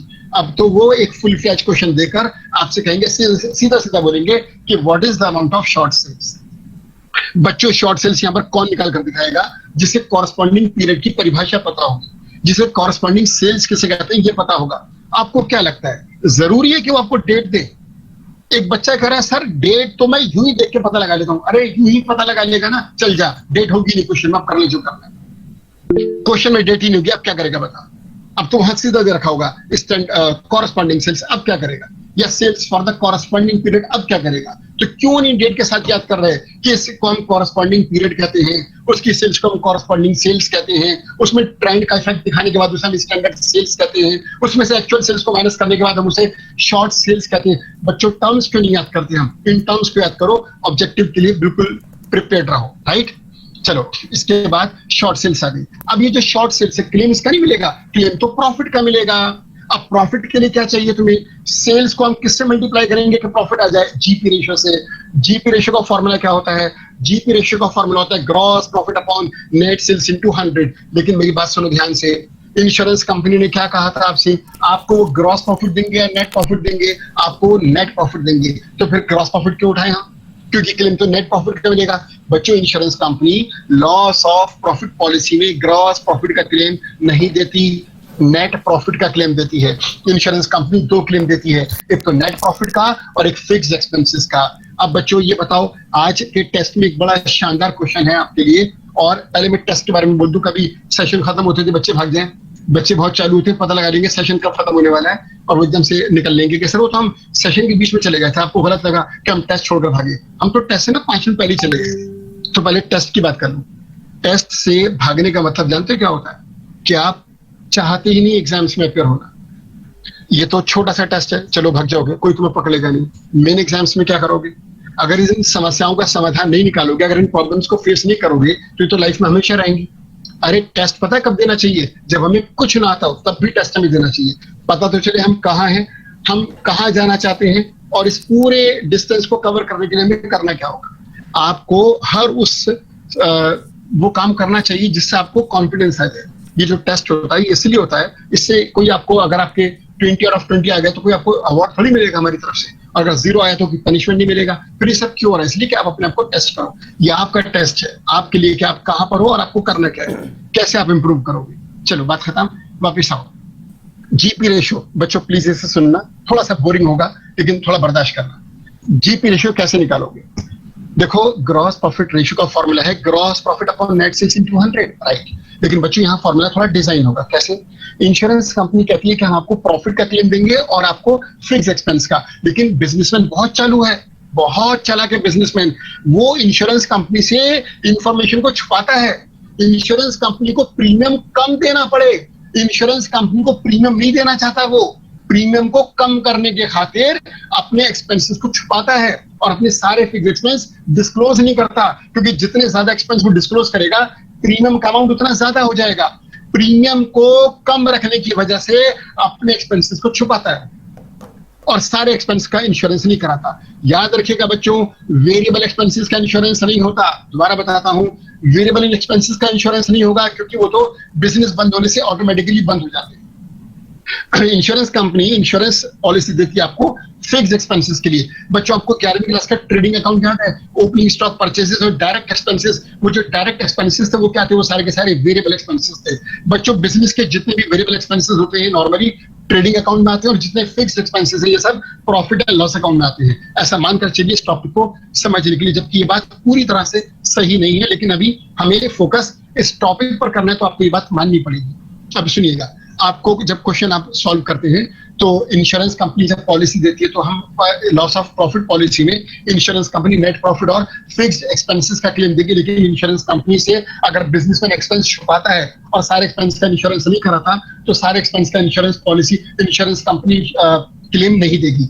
अब बच्चों जल्दी से काम की बात कर रहा हूं, ग्रॉस प्रॉफिट रेशियो कैसे निकालोगे? सुनो, gross profit ratio is equal to, numerator में क्या आता है? ग्रॉस प्रॉफिट नहीं, इसकी जगह पर आएगा net profit. Net profit plus insured standing charges. बेतुका क्वेश्चन है लेकिन एग्जाम्स में आ चुका है कि जी वो बताओ इंश्योर्ड स्टैंडिंग चार्जेस का दूसरा नाम क्या है? अरे भाई स्टैंडिंग चार्जेस का मतलब होता है फिक्स्ड चार्जेस, फिक्स्ड एक्सपेंसेस। अरे भाई फिक्स्ड एक्सपेंसेस को स्टैंडिंग चार्जेस कहते हैं बच्चों। और सुनो, जानते हो ग्रॉस प्रॉफिट रेशियो वर्ड क्यों लिखा जाता है? आपको मालूम है जब आप ट्रेडिंग अकाउंट बनाकर ग्रॉस प्रॉफिट निकालते हो और उसे पीएनएल में लेकर आते हो तो प्रॉफिट एंड लॉस में ग्रॉस प्रॉफिट लिखने के बाद इसमें से क्या माइनस करते हो? Fixed expenses. तो क्या बचता है? Net profit. कोई बच्चा ध्यान दे, अरे भाई अगर हम नेट प्रॉफिट में फिक्स्ड एक्सपेंस को दोबारा सारा प्लस कर दें तो क्या ग्रॉस प्रॉफिट नहीं आ जाएगा? तो बात फॉर्मूला तो सही है ना ये, gross profit ratio is equal to gross profit upon net sales into 100, या फिर gross profit ratio is equal to net profit plus standing यानी कि fixed expenses upon net sales into 100। एक ही बात है। अरे भाई ग्रॉस प्रॉफिट के दो टुकड़े करूं, net profit plus fixed expenses. तो यार जब ये net profit plus fixed expense को जोड़ने से जीपी आता है तो सीधा जीपी क्यों नहीं रखा पर? क्योंकि बिजनेसमैन नालायक है ना, वो सारे एक्सपेंसेस का इंश्योरेंस नहीं करा रहा, इसलिए ऊपर हमने पूरा जीपी नहीं रखा। तो हम क्या करेंगे, हम जीपी की जगह नेट प्रॉफिट लेंगे और प्लस करेंगे इसमें सिर्फ वो वाले स्टैंडिंग चार्जेस, सिर्फ वो फिक्स्ड एक्सपेंसेस जिसका इंश्योरेंस कंपनी से इंश्योरेंस कराया गया था। तो बताओ बच्चों जीपी रेशियो का फॉर्मूला क्या बना? Gross profit ratio is equal to net profit plus insured standing charges यानी कि insured fixed expenses upon net sales into 100। Problem एक है, जब भी लॉस ऑफ प्रॉफिट पॉलिसी का क्वेश्चन आपके सामने आएगा, ऑब्जेक्टिव क्वेश्चन फुल फ्लैज होगा, आपको कुछ अमाउंट कैलकुलेट करने होंगे। मैं आपको फिर एक बार आपके इंटरेस्ट के लिए बता दूं कि लॉस ऑफ प्रॉफिट पॉलिसी का बड़ा क्वेश्चन आपके सामने आएगा इस एग्जाम में भी जो अक्टूबर में होने वाला है। तो क्वेश्चन का साइज वही रहेगा, आपके स्टडी मॉड्यूल से एज इट इज बड़ा वाला क्वेश्चन आ सकता है, स्कैनर से आ सकता है। फिर जब क्वेश्चन बड़ा आएगा तो वो कैसे बनेगा? छोटा क्वेश्चन ऐसे बनेगा, एक बड़ा क्वेश्चन आपको देकर वो उसमें 4 पार्ट्स देंगे और आपसे कहेंगे what is the amount of short sales, what is the amount of loss of profit and what is the amount of claim. अरे बन गया फुल फ्लेज क्वेश्चन। पूरा क्वेश्चन आपको सॉल्व करना पड़ेगा, पूरा इन 3 क्वेश्चन का आंसर देने के लिए। बस एक चीज है, बस वो क्या, आपको फॉर्मेट नहीं बनाना, आपको रफ पेज पर पूरा क्वेश्चन सॉल्व करके इन तीनों को कैलकुलेट करना होगा। तो ये बात दिमाग से निकाल दो कि बड़े क्वेश्चन एग्जाम्स में नहीं आएंगे। मैं रिपीट करता हूं, ये बात दिमाग से निकाल दो कि बड़े क्वेश्चन आएंगे, पक्का बड़े क्वेश्चन आएंगे, उसके छोटे छोटे पार्ट्स किए जाएंगे, उन पार्ट्स को आपसे पूछा जाएगा, आपका टाइम सेव होगा फॉर्मेट बनाने में, वो नहीं बनाने, कैलकुलेशन करनी है। आप बच्चों को अगर अक्टूबर के एग्जाम्स में धमाल बचाना है तो कैलकुलेशंस की प्रैक्टिस शुरू कर दो। हर चैप्टर में आप अमाउंट को कैलकुलेट करने की प्रैक्टिस करो। राइट बच्चों? चलो भाई, GP ratio is equal to net profit plus insured standing charges upon net sales. इस अगर question loss of profit policy का है, इसकी पहचान ये है कि लॉस ऑफ प्रॉफिट पॉलिसी में आपको सेल्स के 4 अमाउंट दे रखे होंगे, सेल्स के 4 अमाउंट, न 3 न 5। लॉस ऑफ प्रॉफिट पॉलिसी में सेल्स के 4 अमाउंट होंगे। सेल्स नंबर 1, जिन 5 महीनों में बिजनेस डिस्टर्ब है, जो पीरियड ऑफ इंडैमिनिटी है, जो डिसलोकेटेड पीरियड है, जो डिस्टर्ब्ड पीरियड है, इन सेम ऐसे 5 महीने ठीक पिछले साल की, जिसे हम कहते हैं कॉरस्पॉन्डिंग पीरियड, और सेल्स को हम कहते हैं कॉरस्पॉन्डिंग सेल्स। ये सेल्स क्वेश्चन में गिवन होगी, नंबर 1। नंबर 2, जिन 5 महीनों में बिजनेस डिस्टर्ब है, जो पीरियड ऑफ इंडैमिनिटी है, उसमें जो गली मोहल्ले में बैठकर बिजनेसमैन ने माल बनाकर बेचा है, जिसे हम कहते हैं एक्चुअल सेल्स, ये क्वेश्चन में गिवन होगी। हो गई दो। तीसरी सुनो, तीसरी सेल्स है हम sales for the financial year और फॉर द अकाउंटिंग ईयर। जिस दिन आग लगी, सुनना भाई, जिस दिन आग लगी बिजनेस में, उससे ठीक पहले जब भी अकाउंट्स क्लोज हुए थे, और अभी 30 जून को आग लगी है, अकाउंट्स कब क्लोज हुए थे? 30 जून 2020 में आग लगी है। इससे पहले अकाउंट्स कब क्लोज हुए थे? 31 मार्च 2020 को। वो कौन से ईयर के थे? 2019-20। इस पूरे साल की सेल्स गिवन होगी। यही वाली वो सेल्स है जिसे हम यूज करेंगे जीपी रेशियो निकालने के लिए। प्लीज इसे याद रखना कि वो sales number 3, sales number 1 corresponding sales, sales number 2 actual sales, sales number 3 sales for the last financial year, sales for the last accounting year. जिस दिन आग लगी उससे ठीक पहले जब भी अकाउंट्स क्लोज हुए थे पूरे साल के, उस साल की सेल्स को हम sales for the accounting year कहते हैं। ये थर्ड सेल्स है और यही वो सेल्स है जो जीपी रेशियो निकालने के काम आएगी। और इसी साल का आपको नेट प्रॉफिट भी क्वेश्चन में गिवन होगा। वो जो आपने फॉर्मूला लगाया है ना, gross profit ratio is equal to net profit plus insured standing charges upon net sales. ये जो नीचे है नेट सेल्स, ये पिछले साल की सेल्स है, और वो जो ऊपर है नेट प्रॉफिट, वो वही है प्रॉफिट जो पिछले साल हुआ था। और वो जो इंश्योर्ड स्टैंडिंग चार्जेस हैं वो क्वेश्चन में दे रखे होंगे। क्वेश्चन में आपको टेस्ट किया जाएगा बार बार।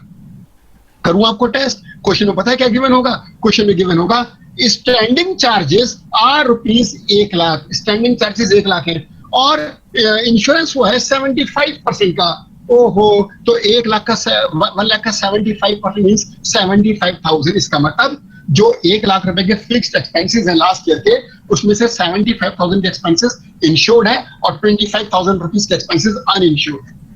राइट, तो आप कितना यूज करेंगे फॉर्मूले में जीपी रेशियो के? 75,000। हमें फिक्स एक्सपेंस सारे नहीं लेने, सबका क्लेम नहीं मिलता, सिर्फ उनका क्लेम मिलता है जिसका हमने इंश्योरेंस कराया है। तो हमारा फॉर्मूला होगा GP ratio is equal to net profit कब का? पिछले साल का, प्लस इंश्योर्ड स्टैंडिंग चार्जेस मेरे एग्जांपल के according 75,000 upon net sales. Net sales में क्या, वो जो लास्ट अकाउंटिंग ईयर की सेल्स है इनटू 100, जीपी रेशियो आ जाएगा। चलो भाई आगे चलते हैं। Calculation of loss of profit. पक्का आज जो मैं टेस्ट लेने वाला हूँ उसमें भी ये क्वेश्चन है। पहले से बता रहा हूँ, पेपर आउट कर रहा हूँ, कोई बात नहीं, मुझे तो ये देखना है कि तुम कैलकुलेशन कैसे करते हो। लॉस ऑफ प्रॉफिट, मजा आ गया। शॉर्ट सेल्स आपने पर निकाली थी, कैसे? Standard sales minus actual sales. Short sales आई थी, वो शॉर्ट सेल्स का मतलब वो सेल्स जो मारी गई, वो सेल्स जो मारी गई, जो नहीं हो पाई आग लगने की वजह से। हम उस पर कितना प्रॉफिट खो चुके हैं। आपने जिस सेल्स का नुकसान हुआ वो निकाला, जीपी रेशियो निकाला। शॉर्ट सेल्स को जीपी रेशियो से मल्टीप्लाई कर देंगे तो वो प्रॉफिट आ जाएगा जिसका आपको लॉस हो गया। This is called loss of profit. ठीक है जी। चलो भाई, इसके बाद आपको दे रखा होगा इंक्रीज्ड कॉस्ट ऑफ वर्किंग और कैपिटल कॉस्ट। सुनो ध्यान से, ये आपने लॉस ऑफ प्रॉफिट निकाल लिया। अब ये बताओ, बिजनेसमैन ने 5 महीने जब उसका बिजनेस पूरी तरह से डिस्टर्ब था, जो डिसलोकेशन पीरियड था, जो डिस्टर्बिंग पीरियड था, जो पीरियड ऑफ इंडायमिनिटी था, इसलिए बार बार बोल रहा हूं कि नाम तुम्हें रट जाए। ये जो 5 महीने थे, डेट बोलूं 30 जून 2020 से 30 नवंबर 2020, तो 5 महीने बिजनेस डिस्टर्ब रहा। इन 5 महीनों में जो बिजनेसमैन ने माल बनाकर बेचा है अपने परमानेंट कस्टमर्स को रोकने के लिए, जिसे हम कहते हैं एक्चुअल सेल्स, उस एक्चुअल सेल्स को कहां पर करा होगा? वो माल कहां पे? अरे पूरे प्रीमाइसेस में आग लगी, सब डैमेज है, तो कहां पे काम करा होगा? कहीं पर किराए पर जगह ली होगी, कहीं किसी गली मोहल्ले में पीछे जाकर दुकान किराए पर ली होगी, वहां पर बैठ के काम करा होगा। तो भाई उस दुकान का किराया भी तो दिया होगा। मैं ये कह रहा हूं कि जिन 5 महीनों में बिजनेस डिस्टर्ब है, रिनोवेशन चल रहा है, उन 5 महीनों में कहीं और जगह किराए पर लेना, इलेक्ट्रिसिटी का वहां पे अरेंजमेंट करना और वहां पर काम करने में खर्चे हुए होंगे। ये हमारे एडिशनल एक्सपेंसेस हैं। अब ये बताओ, इंश्योरेंस कंपनी ने जो हमने इन 5 महीनों में माल बेचा उसे तो माइनस कर दिया, लेकिन इन 5 महीने में माल बेचने के खातिर जो एक्सपेंसेस हुए उसका क्लेम तो हमको मिलना चाहिए। तो इसे हम कहते हैं इंक्रीज्ड कॉस्ट ऑफ वर्किंग और एडिशनल एक्सपेंसेस इनकर्ड। किसी भी नाम से इसका क्लेम मिलना चाहिए, तो ये ऐड होंगे। हमने पहले शॉर्ट सेल्स निकाला, फिर जीपी रेशियो निकाला, फिर शॉर्ट सेल्स को जीपी रेशियो से मल्टीप्लाई कर लॉस ऑफ प्रॉफिट निकाला। अब इस लॉस ऑफ प्रॉफिट में हम क्लेम लेने जा रहे हैं। हमें क्लेम से पहले इस लॉस ऑफ प्रॉफिट का जो हमें क्लेम मिलेगा, इसमें हम अपने इंक्रीज कॉस्ट ऑफ वर्किंग को प्लस करेंगे जो हमने खर्चे करे इन 5 महीनों में माल बनाकर बेचने के लिए। आप बच्चों ने फुल फ्लेज क्वेश्चन सॉल्व करे होंगे। यहाँ पर 3 स्टेप थे, एक्चुअल एडिशनल एक्सपेंसेस और GP gross profit generated by additional expenses, और एक तीसरा फॉर्मूला था net profit plus all insured standing charges upon net profit plus all standing charges into additional expenses incurred. ये 3 फॉर्मूले थे, 3 स्टेप्स से। इन तीनों में जो लीस्ट अमाउंट होता था वो हम लॉस ऑफ प्रॉफिट में प्लस करके दोबारा से लॉस ऑफ प्रॉफिट निकालते थे। और अगर मान लो कोई एक्सपेंस हमने सेव कर लिया, इंश्योरेंस कंपनी से जिन फिक्स एक्सपेंसेस का हमने इंश्योरेंस कराया था, जिसका क्लेम हमको मिलना था, उसमें से कोई एक्सपेंस हमने बचा लिया, किसी अपने एक एम्प्लॉय को जो हमारा परमानेंट एम्प्लॉय था उसको नौकरी से निकाल दिया, या कोई हमने जगह किराए की छोड़ दी, तो जो फिक्स एक्सपेंस हमने बचा लिया उसका क्लेम नहीं मिलेगा, इसे हम माइनस करेंगे। तो बच्चों पहले हमने शॉर्ट सेल्स निकाला, फिर जीपी रेशियो निकाला, फिर लॉस ऑफ प्रॉफिट निकाला, फिर इसमें एडिशनल एक्सपेंसेस इनकम को प्लस करा, सेविंग एंड एक्सपेंस को माइनस करा, दोबारा से लॉस ऑफ प्रॉफिट आ गया। ठीक है जी, ये आंसर डिपेंड करेगा क्वेश्चन में इंफॉर्मेशन क्या है। इसके बाद बच्चों लास्ट टॉपिक 2 मिनट की बात हो रही है, एवरेज क्लॉज। बच्चों एवरेज क्लॉज होता क्या है बेसिकली, देखो डियर, पहले मैं लॉस ऑफ स्टॉक में सीरियसली तुम टाइम देख लो अपने रिस्ट वॉच में, अपने मोबाइल में, किसी की हालत में 5 मिनट से आगे नहीं जाएगा। वैसे मैं कुछ कह नहीं सकता, कुछ भी हो सकता है, चलो कोशिश करूंगा। मैं ये कह रहा था आपसे कि लॉस ऑफ स्टॉक पॉलिसी में एवरेज क्लॉज कैसे यूज करोगे। देखो बच्चों, पहले आप निकालना stock available on the date of fire, जिस दिन आग लगी उस दिन माल कितना था, उसमें से आप सैल्वेज स्टॉक को माइनस कर देना, तो लॉस ऑफ स्टॉक आ जाएगा। देखो याद रखो, बार बार आपसे कह रहा हूं कि हम ये बात जानते हैं कि इंश्योरेंस कंपनी ने हमसे कहा कि भाई ये कॉन्ट्रैक्ट ऑफ इंडैमिनिटी है। कॉन्ट्रैक्ट ऑफ इंडैमिनिटी का मतलब है कि आपको नुकसान होगा तो देंगे, नहीं होगा तो नहीं देंगे। अगर हमने ये आज मैं पूछने वाला हूं क्वेश्चन आपसे, अंडर इंश्योरेंस क्या होता है, माल रखा ज्यादा, पॉलिसी भी कम की ताकि प्रीमियम कम देना पड़े, this is called under insurance. और अगर माल रखा कम का, पॉलिसी भी ज्यादा की, this is called over insurance, right, this is called over insurance. वापस आ जाओ अंडर इंश्योरेंस। अब यहाँ पर अगर मान लो पॉलिसी का अमाउंट आपने जो सम एश्योर्ड है, जो सम इंश्योर्ड है, जो अमाउंट ऑफ पॉलिसी वो ज्यादा है और माल में कम, माल में आग लगी, तो क्या होगा, अगर सारा माल डैमेज हो गया, टोटल माल डैमेज हुआ, पूरे का क्लेम मिल जाएगा, क्योंकि जो लॉस है वो अभी भी इंश्योर्ड अमाउंट से कम है। लेकिन अगर लॉस का अमाउंट इंश्योर्ड अमाउंट से ज्यादा हो तो आपको फिर क्लेम सिर्फ उतना मिलेगा जितने की आपने पॉलिसी ली है। एवरेज क्लॉज कब लगाएंगे, एवरेज क्लॉज तब लगाते हैं बच्चों जब हम अपना जो इंश्योरेंस पॉलिसी लेते हैं वो टोटल गुड्स की ना लेकर अंडर इंश्योरेंस कराते हैं, पार्शियल पॉलिसी लेते हैं, माल रखा 10 लाख का, पॉलिसी ले ली 8 लाख रुपए की। उस केस में क्या होता है, और हमारी गुड्स भी पूरी तरह डैमेज नहीं हुई, जो माल आग लगने वाले दिन अवेलेबल था उसमें से कुछ माल बचा लिया, सैल्वेज स्टॉक माइनस करा, लॉस ऑफ स्टॉक निकाला। फॉर्मूला सुनिएगा एवरेज क्लॉज का। Average clause means amount of claim is equal to numerator में अमाउंट ऑफ पॉलिसी अपॉन नीचे डिनोमिनेटर में stock available on the date of fire multiply by loss of stock. Insurance company कहती है, बस ये सुनिए और खत्म, इंश्योरेंस कंपनी कहती है आप 10 लाख का माल रखकर 8 लाख की पॉलिसी लेते हैं, राइट, बहुत समझदार है आप। अच्छा, आपको नुकसान कितना हुआ सर, 7 लाख का।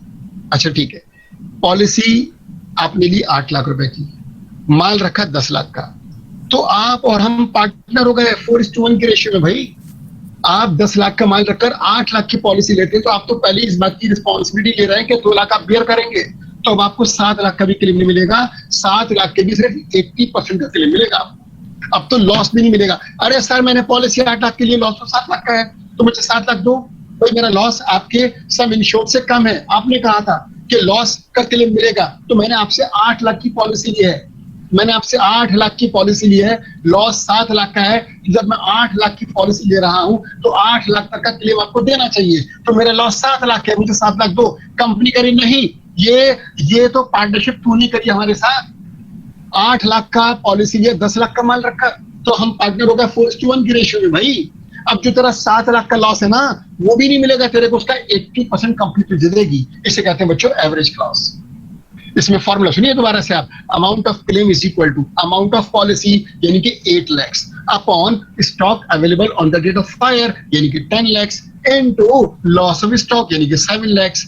8 lakh upon 10 lakh into 7 lakh, 8 lakh upon 10 lakh, ratio आ गई 4/5। 4/5 फिर 80% एक ही बात है, इंटू 7 लाख, तो अमाउंट रिड्यूस हो जाएगा और क्लेम जो मिलेगा वो लॉस के 80% का मिलेगा।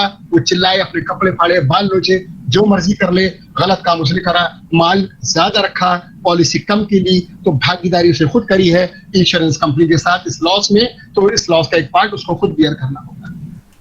चलो बच्चों अब आते हैं टेस्ट पर। अब एक बार और, इससे पहले कि बच्चे निकल जाएं, मैं फिर एक बार बोल दूं कि टेस्ट ये मेरा नहीं हो रहा, ये टेस्ट आपका है। आप इस टेस्ट को देखकर ये पता लगाते हैं कि अगर आपने अब तक जो प्रिपरेशन करी, आप कहाँ स्पेंड करते हैं, और जो बचा हुआ आपका टाइम है वो आपको कैसे यूटिलाइज करना है। आप में से कौन सा बच्चा सबसे ज्यादा फायदा उठाएगा बचे हुए टाइम का, जिसके आज सबसे कम मार्क्स है। किसको कम फायदा होगा आने वाले टाइम में, जिसके आज सबसे ज्यादा मार्क्स है। जिसके 20 आउट ऑफ 20 आए उसके लिए बहुत दुख की बात है, क्योंकि वो अपने आने वाले थोड़े महीने खराब करने वाला है, क्योंकि उसे लगेगा अरे मैं तो हीरो हूँ, अरे हो गया काम मेरा, तो 20 में से 20 आ गए, मजा आ गया, मुझे कुछ नहीं करना, मैं तो जा रहा हूँ 15 दिन की छुट्टी पर। ज्यादा अच्छा होगा जिसके 20 में से 0 आएगा, उसे लगेगा यार इतना पढ़ने के बाद 0 है, तो 1 के लिए कितना करना है, और 2 के लिए कितना करना है, और 3 के और 20 के लिए कितना करना है। हम अपना सारा टाइम इस पे डिवोट कर देगा अपनी स्टडीज के ऊपर। तो ये टेस्ट इसलिए है, इसमें कोशिश पूरी करनी है, हर बच्चा पूरी ट्राई करेगा कि उसके कम से कम मार्क्स आए। जानबूझ के गलत आंसर, गलत टिक, पूरे जितने कम मार्क्स आएंगे उतना ज्यादा फायदा होगा। तो टेस्ट में से कोई बच्चा नहीं जाएगा, सब बच्चे टेस्ट देंगे। थैंक यू सो मच दोस्तों।